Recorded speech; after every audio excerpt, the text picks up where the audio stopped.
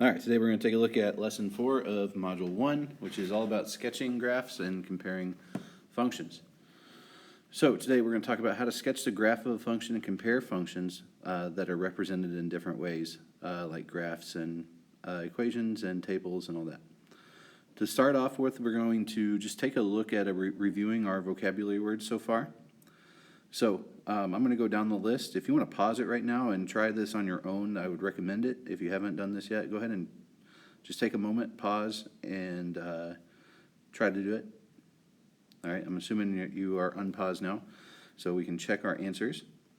So continuity, as you look at continuity, it is going to be like if you, a graph that is continuous is one where you do not pick up your pencil off of the graph, so that is letter F. A decreasing or increasing. Decreasing is going down as you move from left to right, and increasing is moving up as you move from left to right, so that is letter D. We got D and F off of there. In behavior, that's what happens as the graph gets really big to the positive infinity or really small at negative infinity. So that's going to be B.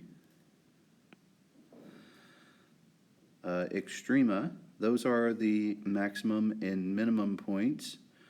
So that is going to be A. Linearity just means that the graph is a straight line. Is it linear or not? Is usually the question. So that is H. Positive, negative. That's where the graph is positive when it's above the x-axis. It's negative when it's below. So that's E. An x-intercept is the x-coordinate of a point where it crosses the x-axis, so that is I. The y-intercept is the y-coordinate of a point where it crosses the y-axis, so that is C. The domain is all of the x values that make a function defined, so that is G. And the range is the y values that make a function defined, so that is J. All right, so review that. Those are all important words to know what they mean. You need to know what every word on this list means and how to define it as we move forward. Moving on here to the next page of the notes, we're going to look at the characteristics of these graphs. Letter A, graph A, we have a linear graph. It looks like the x-intercept is right here at -4, 0. And as I move from left to right, it's going uphill, so it is increasing. And the domain of this graph, look, if you see the arrows on the ends, it means it goes to the left and right forever. So the domain is negative infinity to positive infinity. Now, if you look at graph B, the range, again, we'll look at these arrows on the end of this graph. They're going up and down forever. So we start at the bottom at negative infinity, and it goes up to the top, which is positive infinity. The y-intercept, right there at 0, 5. Now, the slope, the way we figure that is we just are going to do some space counting. So to go from 0, 5, you go down 2, and to the right 3 to get to that next point. So that is -2 over 3 is the slope. All right. So now let's look at example 2. Example 2, they give us a equation in slope-intercept form, and they want us to graph it and state the slope and the y-intercept. So the slope of this graph is going to be -4. I can get that because of the -4 that is in front of the x. The y-intercept is -3. So, 0, -3. To start off with, to graph, I'm going to start at my y-intercept of 0, -3, and place a point there. And then to find the other points, I go down 4, and to the right 1. I can also go up 4, and to the left 1. And then I just connect the dots as best I can without making too curvy of a line. And it looks like that. Now if I look at this next one, 2x plus 3y equals 6, a couple of different ways I could go about graphing this. One way is I could just find the x and y intercepts. The other way is I could try to get y by itself and then get the slope and y-intercept from that. I'm just going to graph get the x and y intercepts. So what I'm going to do is make y be 0. So 3 times 0 is 0. So this becomes 2x equals 6. Divide both sides by 2 to get x equals 3. So I got a x-intercept there. Then if I make my x be 0, I have 3y equals 6. Divide both sides by 3. Get y equals 2. So I got a point there. So I know my y-intercept then is 0, 2. And I also know that to go from 0, 2 to 3, 0, I have to go down 2 spaces and to the right 3 spaces. So my slope is negative 2/3. And my graph then would look something like that.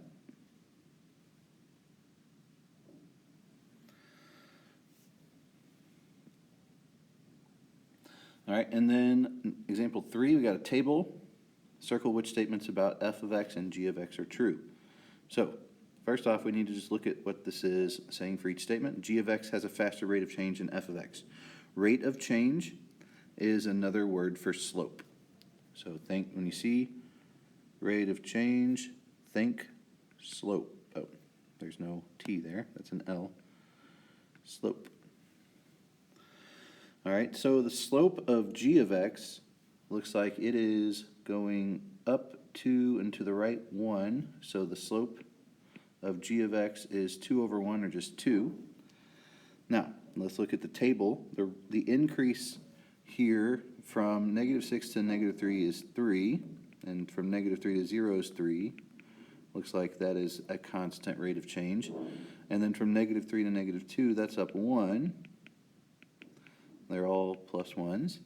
All right, so the slope of f of x is going to be 1/3, because we put rise over run, so the change in y over the change in x. So the statement g of x has a faster rate of change than f of x, that is true, because g of x's rate of change is 2 and f of x's rate of change is 1/3. So A is true. The next statement, both functions are decreasing. Well, I know right away just by looking at g of x that it is going uphill as I move from left to right. And because it's going uphill, that means it's increasing, not decreasing. So I know that B can't be true because g of x is not decreasing. So now I need to look at f of x to see if it's increasing, to check to see if C applies to it. And because the slope of f of x is positive, it means it is increasing. So that is a true statement. Next, let's look at the x-intercept. The x-intercept of f of x is greater than the x-intercept of g of x. Well, the x-intercept of g of x is right here where that line crosses the x-axis, so that's at negative 2. So negative 2, 0 is the x-intercept. And then on f of x, the x-intercept, again, when y is 0, is right there at 3, 0.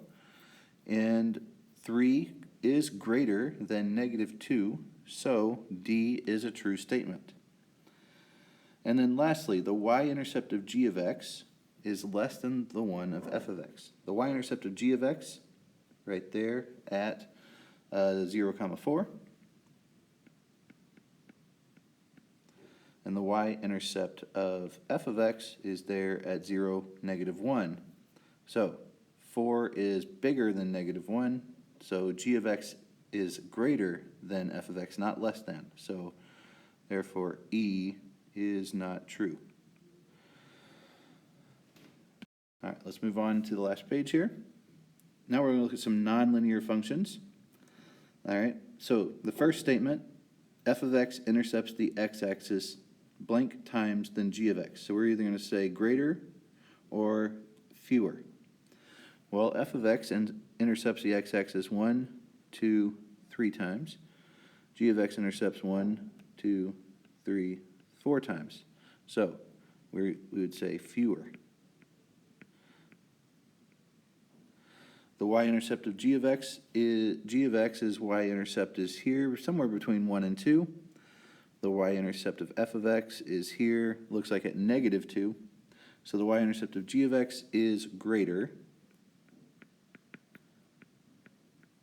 than f of x. The relative maximum of f of x. Relative maximum is going to be right there, somewhere between 2 and 3. The relative maximum of g of x is its y-intercept as well, and it's somewhere between 1 and 2. So somewhere between 2 and 3 is greater than somewhere between 1 and 2, so that would be greater. And then as you look at the end behavior, f of x, as x goes towards infinity, it's going up to positive infinity, but as x goes towards negative infinity, f of x goes down towards negative infinity. But g of x, if you notice, even though it's the same for the positive direction, they're both going up to positive infinity, the g of x is going towards positive infinity as x goes towards negative infinity. So that means they have different end behavior. All right, so now let's look at a real-world function.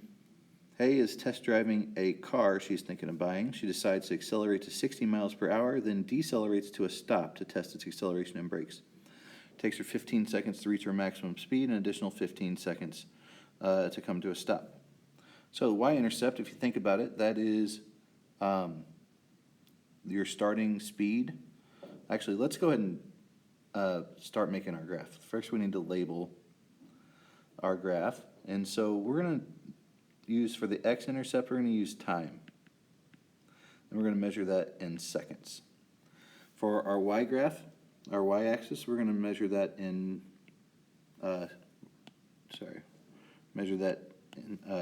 speed in miles per hour. All right, so at 0 seconds, she's going 0 miles per hour. All right, so our y-intercept is at 0, 0. And we should probably put some units on here. We'll do 5, 10, 15, 20, 25, 30. And then in miles per hour, we can make each one worth 10.